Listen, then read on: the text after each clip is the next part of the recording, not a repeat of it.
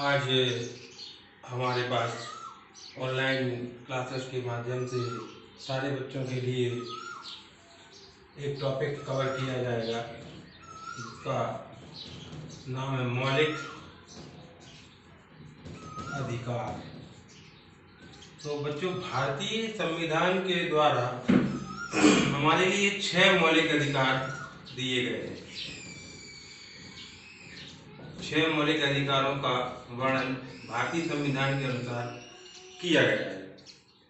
तो भारतीय संविधान में 6 मौलिक अधिकारों का जो वर्णन किया गया है वह वर्णन भाग 3 में किया गया है। भारतीय संविधान के अनुच्छेद भाग 3 में कुछ विशेष अनुच्छेदों को 12 से लेके 35 तक मौलिक अधिकारों का वर्णन किया गया है। ये कुल मौलिक अधिकार 6 हैं, जिसमें एक एक करके मैं सभी मौलिक अधिकारों का वर्णन करूंगा, उनके वीडियोस बनाऊंगा और आपके लिए प्रेषित करूंगा ताकि आप इन अधिकारों को ठीक तरीके से समझ सकें। तो अनुच्छेद 12 से 35, जैसे कि आप देख रहे हैं कि अनुच्छेद 12 से 35 में मौलिक अधिकारों का वर्णन है और मौलिक अधिकारों में को जो लिया गया है वो अमेरिका के संविधान से लिया गया है। अमेरिका के संविधान से मौलिक अधिकारों को भारतीय संविधान में जोड़ा गया है। ध्यान रहे, मौलिक अधिकार को भाग 3 में बताया गया है। 12 से 35 में सभी मौलिक अधिकारों का वर्णन है। अनुच्छेद 12 से 35 में मौलिक अधिकारों का वर्णन किया गया है और मौलिक अधिकार संविधान के भाग 3 में है और यह अमेरिका के संविधान से लिए गए हैं। तो ये याद कैसे रहेगा? तो अगर आप देखें कि अधिकार मौलिक अधिकार में आ है और अमेरिका में भी आ है। अगर हम बात करें 12 से 35, तो 12 से 35 जो है 1 + 2 = 3 आकृति बनती है आ। आकृति बनती है आ। अगर इस 3 में हम ये लगा दें तो ये बनता है आ। तो आ से हम याद रख सकते हैं अमेरिका। तो मौलिक अधिकार भाग 3 में दिए गए हैं और ये लिए कहां से गए हैं? अमेरिका से। ध्यान रहे 35, तो 35 12 1 और 2 को जोड़ेंगे तो 3 बनता है, 3 जो कि आ से मिलता जुलता है। इसी प्रकार 35 अगर हम बात करें 35 तो इसका 3 भी आ से मिलता हुआ है।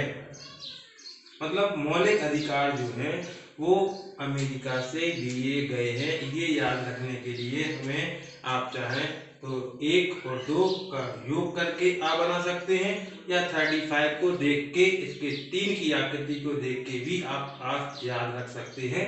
और 1 और 2 का योग भी 3 होता है, तो भाग 3 में इसको दर्शाया गया है। ये याद रखने के लिए बड़ा इंपॉर्टेंट है कि मौलिक अधिकार जो हैं वो संविधान के किस भाग में है। तो मौलिक अधिकार भारतीय संविधान के भाग 3 में है। इसको याद रखने के लिए 1 और 2 दोनों को हम जोड़ देंगे तो बनता है 3 और इसी 3 को याद रख के हम अगर इसमें आ बना दें तो आकृति बनती है आ की, जिससे कि ये संविधान में कहां से लिए गए हैं? अमेरिका के संविधान से इसको लिया गया है। अब बात करते हैं अनुच्छेद 12 से लेके 35 की। तो अनुच्छेद 12 से लेके 35 जो है, तो अनुच्छेद नंबर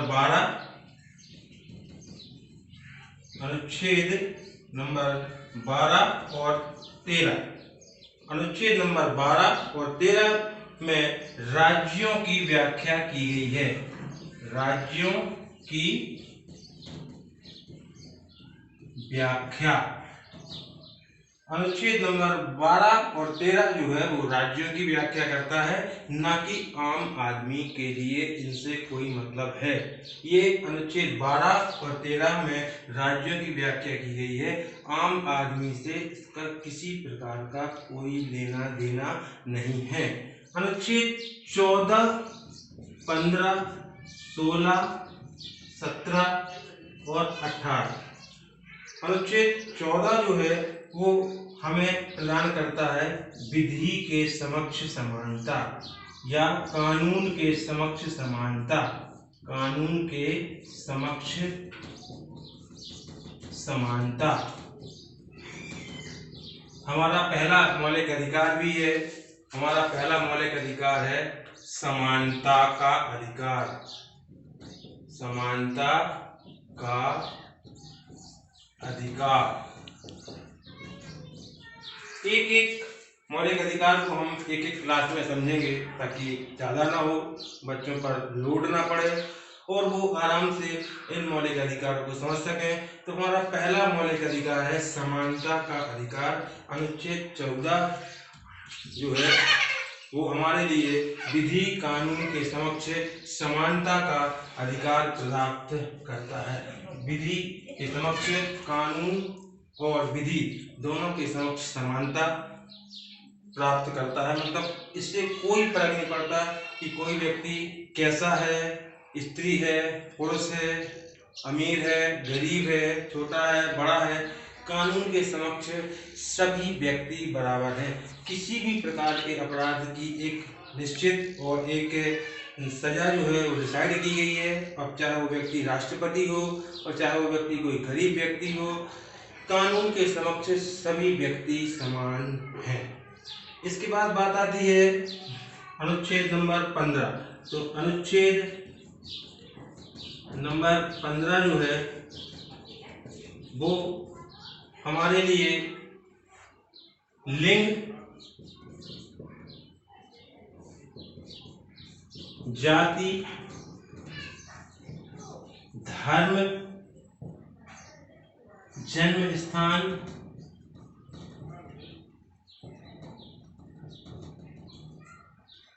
आदि की समानता प्रदान करता है। मतलब ये हुआ कि कोई भी व्यक्ति, चाहे वो स्त्री हो, चाहे पुरुष हो, चाहे वो किसी जाति का हो, चाहे छोटी जाति का हो, चाहे बड़ी जाति को हो, चाहे वो किसी भी धर्म का हो, हिंदू, मुस्लिम, जैन, बौद्ध, पारसी, सिख, ईसाई, कोई भी हो, उसका जन्म भारत में कहाँ हुआ है उसे इन सब से कोई मतलब नहीं। वह इन सब के लिए बराबरी का अधिकार रखता है। ये ऐसा नहीं है कि कोई व्यक्ति हिंदू है तो उसे यह अधिकार मिलेगा, मुस्लिम को नहीं मिलेगा, जैन को मिलेगा, सिख को नहीं मिलेगा, ऐसा कोई नहीं है। चाहे कोई व्यक्ति अमीर हो, चाहे गरीब हो, चाहे वो किसी भी ऊंची जाति का हो, चाहे नीची जाति का हो, उसे समानता का अधिकार बराबरी से प्राप्त हुआ है। ये हमारा अनुच्छेद नंबर 15 कहता है कि कोई भी व्यक्ति किसी भी लिंग का हो, जाति का हो, धर्म का हो, जन्म का हो, इसके आधार पर उसके साथ भेदभाव नहीं किया जाएगा और वो व्यक्ति जो है वो कानून के समक्ष तो समानता है ही, बाकी लिंग, जाति, धर्म, जन्म स्थान के आधार पर भी उसके साथ भेदभाव नहीं किया जाएगा। इसके बाद बात आती है कि अनुच्छेद नंबर 16। तो अनुच्छेद नंबर 16 जो कहता है वो अनुच्छेद नंबर 16 जो है वह पद की समानता, पद की समानता। पद की समानता से क्या तात्पर्य है?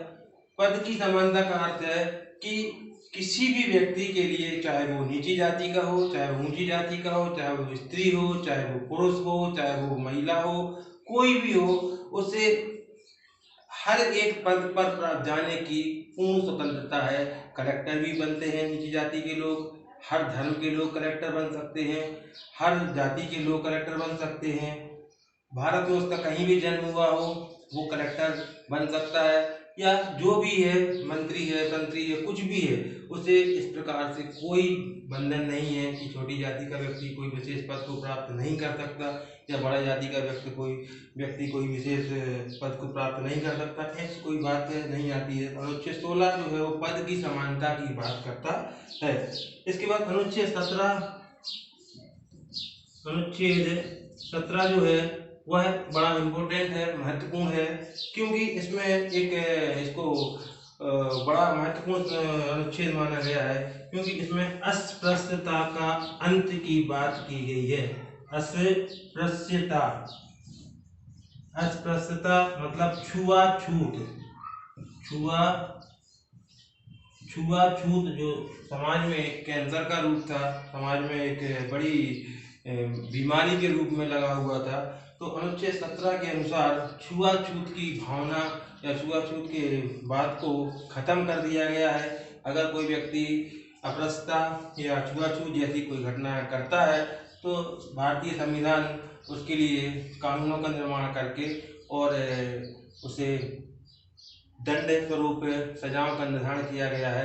ये भी समानता के अधिकार के अंतर्गत आता है। अनुच्छेद 17 जो है उसमें अपरसता और छुआछूत का अंत कर दिया गया है। अनुच्छेद 18 जो है, तो अनुच्छेद 18 में उपाधियों का अंत।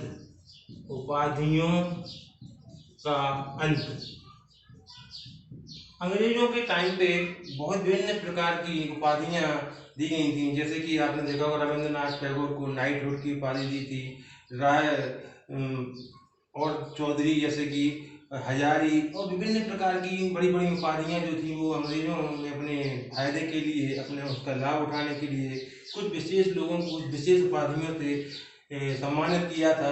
और जब व्यक्ति को ये उपाधियां मिल जाती थी तो वो अपने आप को आम लोगों से ऊंचा समझने लगता था और उनका शोषण करना शुरू कर देता था।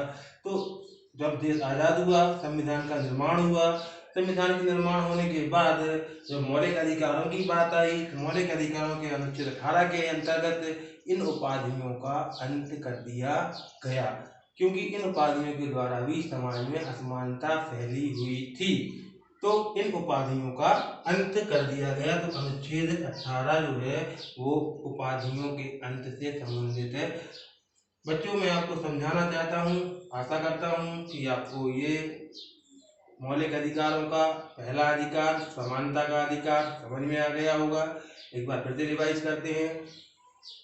भारतीय संविधान में मौलिक अधिकारों का वर्णन किया गया है। मौलिक अधिकार भारतीय संविधान के भाग 3 में दिए गए हैं। भाग 3 जो है वो अमेरिका के संविधान से लिया गया है, और इसको समझने के लिए हम अनुच्छेद 12 से 35 को याद रख सकते हैं। अनुच्छेद 12 1 और 2 को अगर हम जोड़ें तो बनता है 3 की आकृति आ जैसी है। अमेरिका को याद रखने के लिए आप आ रखिए। इसी प्रकार मौलिक अधिकार, तो अधिकार मौलिक अधिकार में आ रहा है, आ को अगर देखें तो वो अमेरिका जैसा है, अमेरिका के आ जैसा है। 35 को देखें अगर तो 3 और 5 में 3 की आकृति आ जैसी है। भाग 3 की बात करें तो भाग 3 का संबंध भी 3 से है, तो हम इसको याद रख सकते हैं 35 के थ्रू कि ये भाग 3 में है। 1 और 2 का टोटल करोगे तो भी भाग 3 पे हम पहुंच सकते हैं। तो ये याद रखने के लिए हम इसकी फार्मूले को याद कर सकते हैं। अब बात आती है कि 12 से 35 में क्या दिया गया है। अनुच्छेदों का वर्णन 12 से 35 में किया गया है। तो 12 से 35 में किया गया है, तो 12 से 35 में अनुच्छेद 12 और 13 में जो है वो राज्यों की व्याख्या की गई है। उसको आम आदमी में उसका कोई संबंध नहीं है। आम आदमी में 12 और 13 का संबंध आम आदमी से नहीं है। हमारे लिए अनुच्छेद 14 जो विधि कानून के समक्ष समानता प्रदान करता है। अनुच्छेद 15 लिंग, जाति, धर्म, जन्म स्थान के साथ किसी के साथ भेदभाव नहीं किया जाएगा, इसका वर्णन करता है। अनुच्छेद 16 पद की समानता की बात करता है।